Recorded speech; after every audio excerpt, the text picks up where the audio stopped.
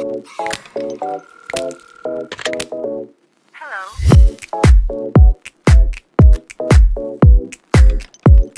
hungry.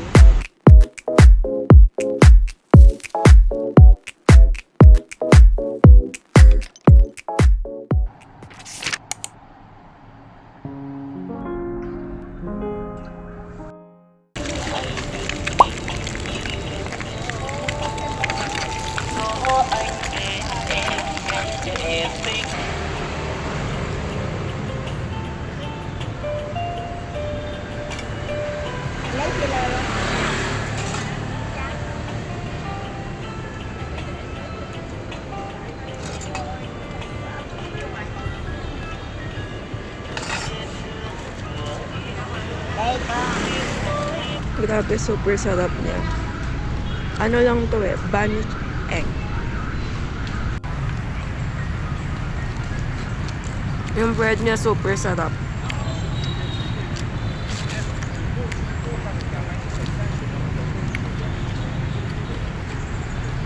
Tapos, perfect combination of textures. Yung egg, yung wansoy,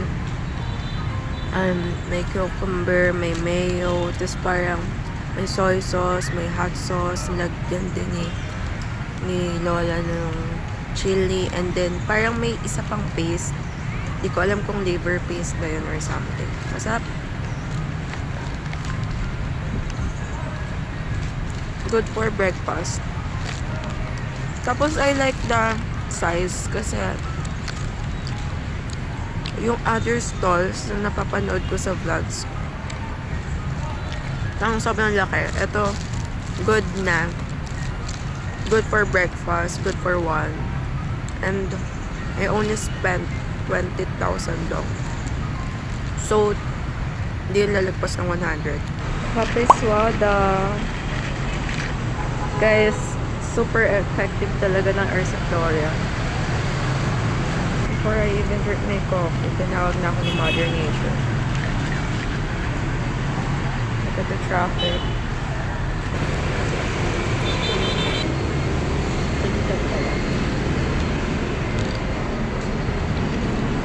Let's taste Highlands coffee.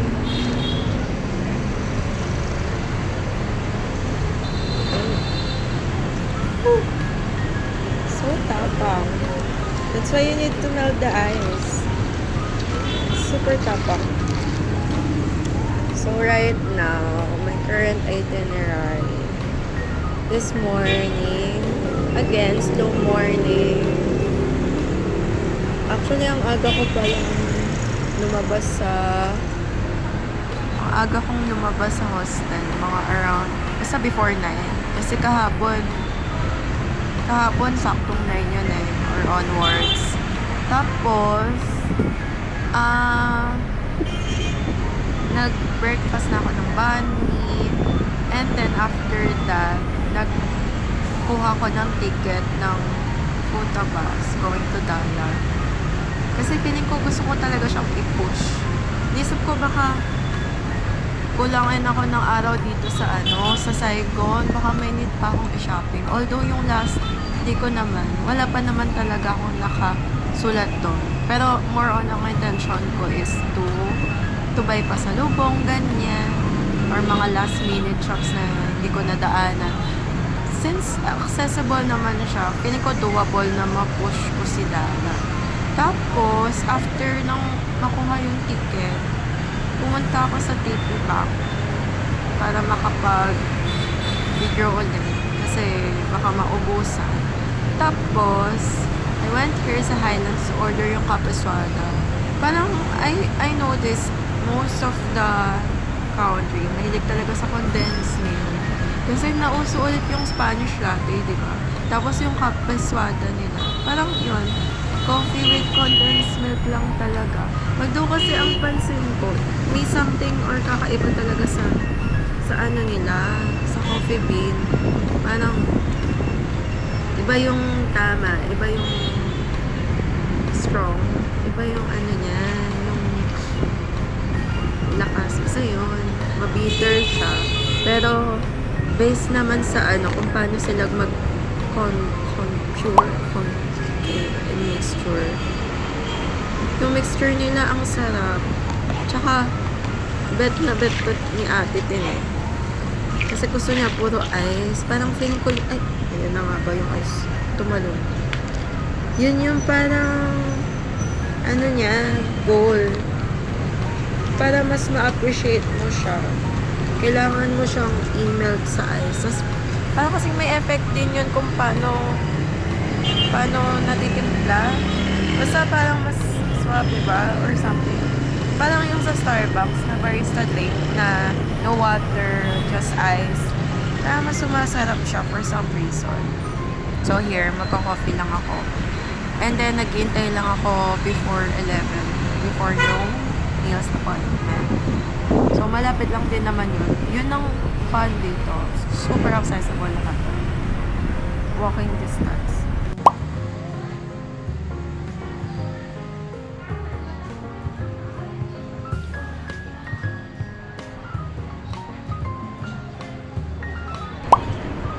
We're in BGC. Hi! Meet Jem. Uy! Hello, Hello! xin chào. Meet Clark. Yeah.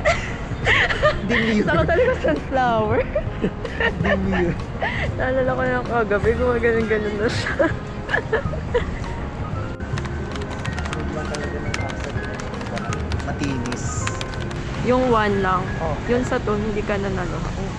Hindi ako nag-try. Umiyak ka because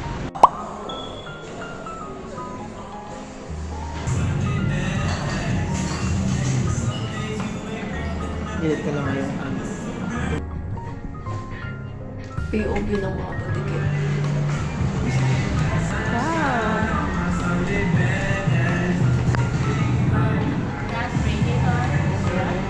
Biglang nagka-window. Wow, nice! Thank you! It's glad you want to see the sunset. Thank you. Thank you. Thank you. Here when you'll be checking.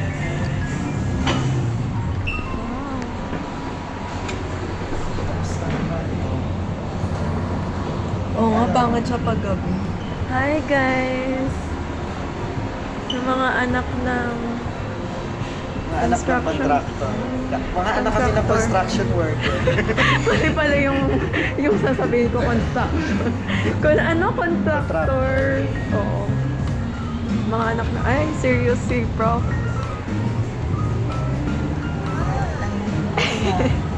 Kita mo yung pag pollution yun. Oo nga eh. Ayun yung bridge. Yeah, Bason Bridge. Dadaan ba dyan pag pumuntang dagat? Ah, hindi. Dito. Ano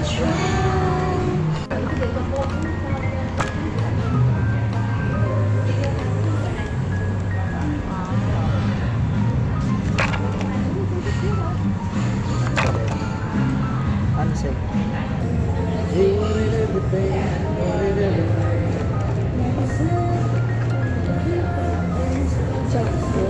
Kulay green. Ano yung... Hilig ka ba sa Lasang damot. Hindi siya ano. Maumami ba siya? Ano mas masarap sa SBO yun? Sa SBO. Ito. Kita binubudol. Masarap talaga. Parang ano tayo na mas maganda. Maganda to. Kaya nga aesthetic na yung orderin mo. Kaya nga, ikaw ano yun sa'yo? Ano ba? Yung Baka ano ko ako sa kanya, ito. ano? Su. Kapisu. Tingnan ko muna kung nakaka-aesthetic. Diba? Kabila pa sila. Pagdabi pa ka nagkakaroon. So, may hindi ko rose, pala may siya rose nabibili. petal pa. So yun ulit ang order mo. Yeah. Masarap kasi. Mahilig ka sa matcha talaga. Ito yung sinasabi nila sa bubig. Sa labas. So ang advantage niya lang kasi pwede ka mag-alfredo sa Wala dito. Sa landmark 81. I-abes. I-ganun mo. Ano yung mga kandidato ka ba? Ha? Mga Ganun ano, mula dito sa landmark ng Vietnam. Abisali na Miss yan. Universe pala. Ano ba? Abisali, yung wala sa Abisali. Yung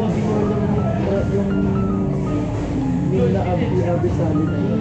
Sila culture. Pala ako. 45,000.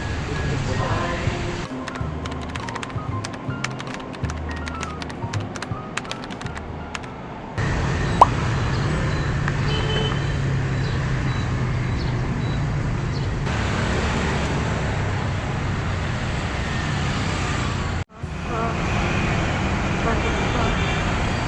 Wala, pasok na ako doon. I'm hungry. Isip ko parang, if eto, 125.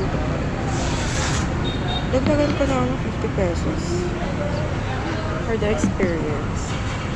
Pero ito yung other menu nila. Cash ko ako mag is 34,000. Nung kumuha ko, dehydrated na ako.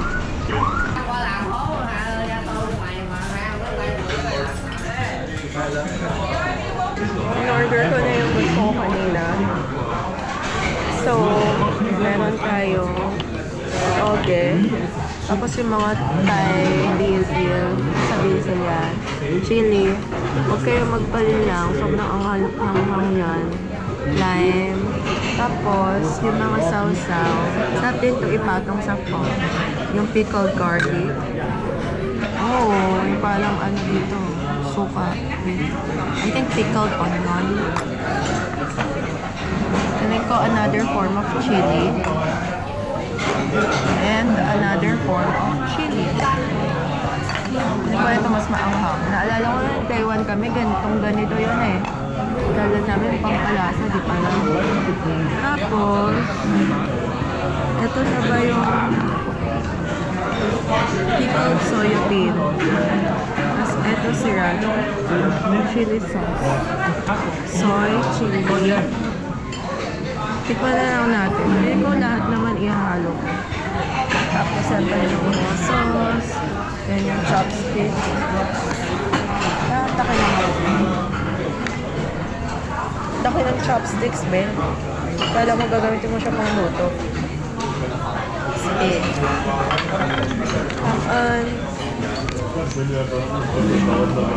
Wow!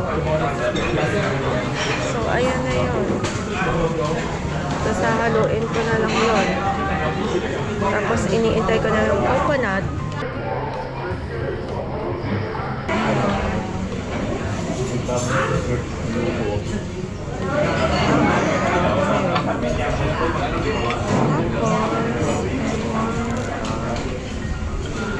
Ilagay ko na lang lahat.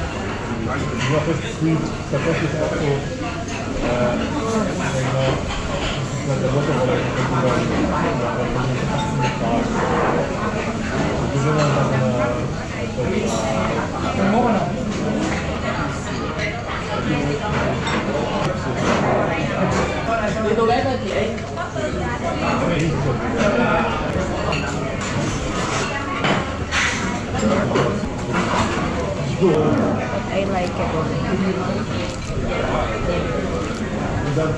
This is my favorite. Garlic.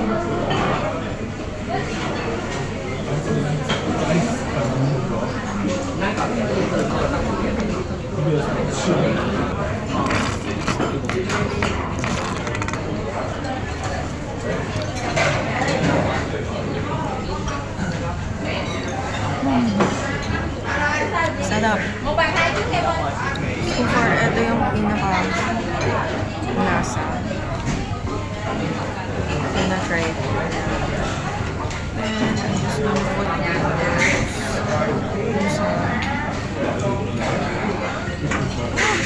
Oh my gosh. Puro beef yung nascoop.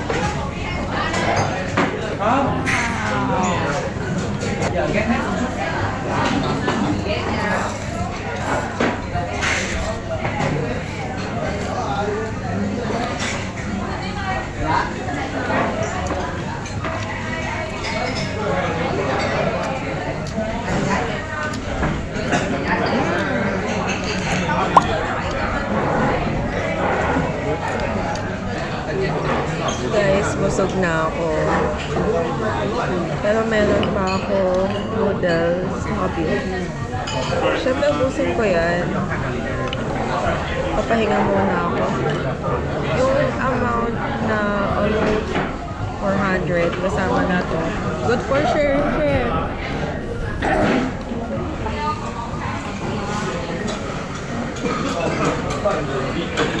You can share. Kasi sobrang nakakabusog talaga siya. Parang mapu-food coma. Plano ko pa mag-co-op mart. So, baka mag-taxi na ako doon. Yun naman yung pinaka-nearest na branch. Malapit sa akin.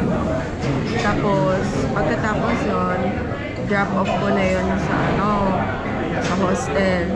After nun, kailangan ko mag-prep. Punta na ako ng District 3. Sa District 3, shopping. Gusto ko kasi pumunta sa Naga Shoes. Wala pa ako nabibiling sapatos. So, yung suot ko, wala nung nandito ako, which is yung Adidas na slides. Yun pa rin hanggang ngayon. Tapos, plano ko din mag-copywriter na aesthetic. So, dapat mas appropriate or mas maganda match doon sa fit ng susunod. Kaya, if ever naman, dire-diretso na ako later.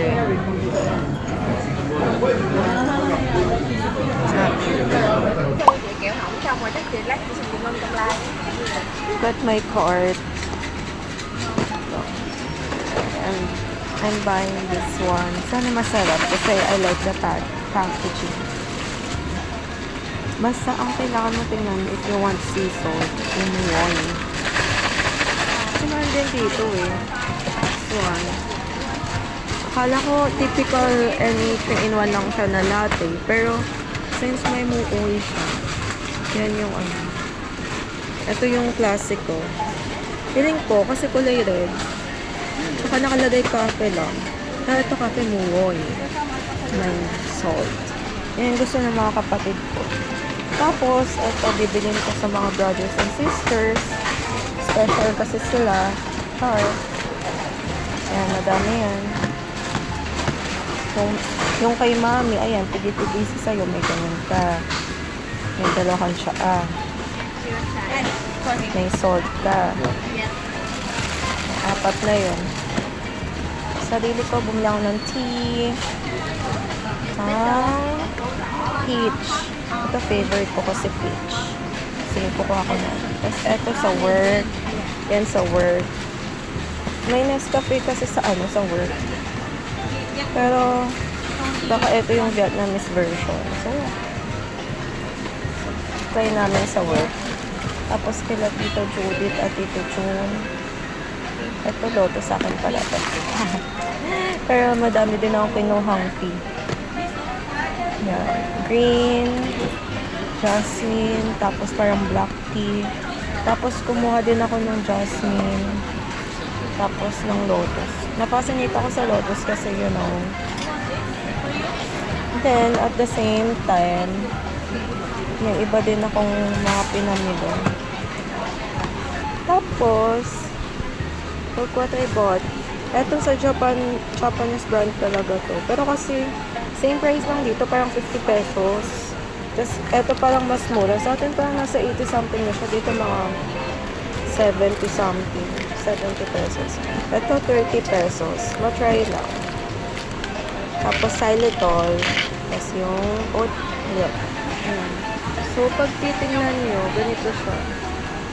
Yung isang aisle na yan, puro kape na yan. Tapos, iba-ibang differentiation. Pinay. Sa kabila, yung sa likod nito yung tea. Geek!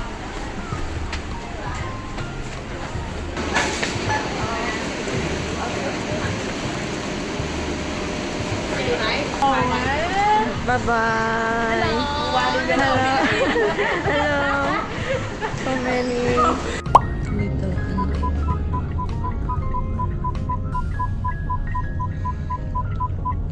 Trending yan, pero medyo skeptical kung gusto mo ba mag-egg coffee.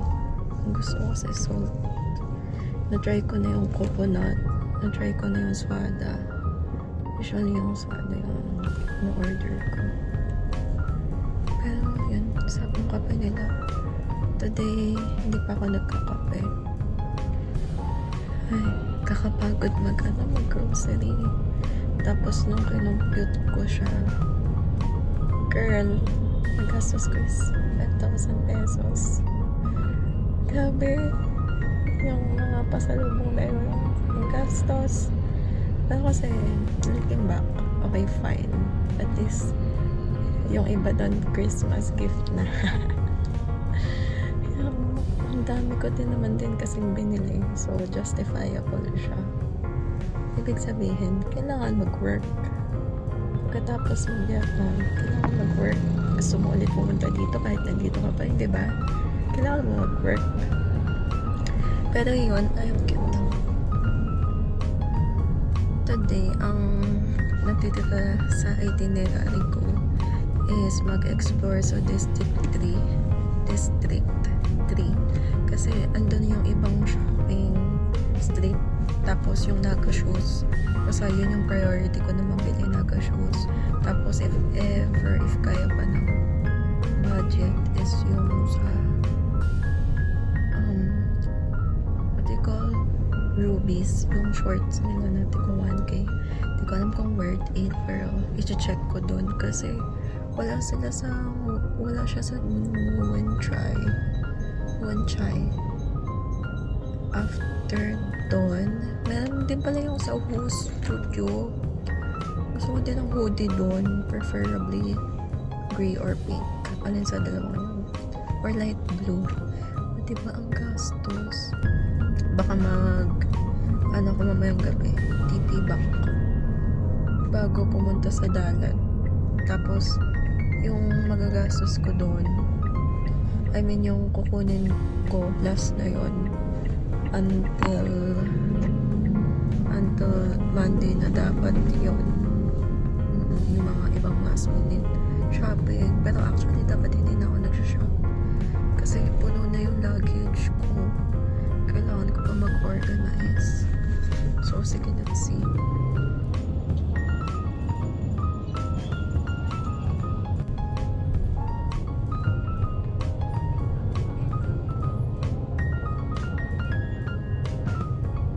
Ang sarap naman chicken na yan. Pero ayun, sabi na ako na nga Taiwanese. I wish you Merry Christmas. Trash. Wow. Kaya natatry noodle soup na may seafood.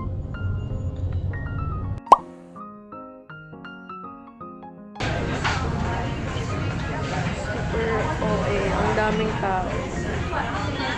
Pero I wanna buy. Gusto ko sana to kaso gusto ko yung different material. Yung suede, ang dumi no. Pero love ko na slip-ons siya. Yun yung bet ko. This one cute also. It's giving Vivaya. Bet ko siya. Price. So I can know. Although eto, ang affordable ba? O kasi mga around 600 pesos lang ito. Less than 1K.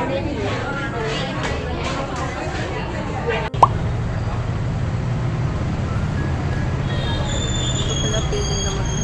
Dito ako. Let's go.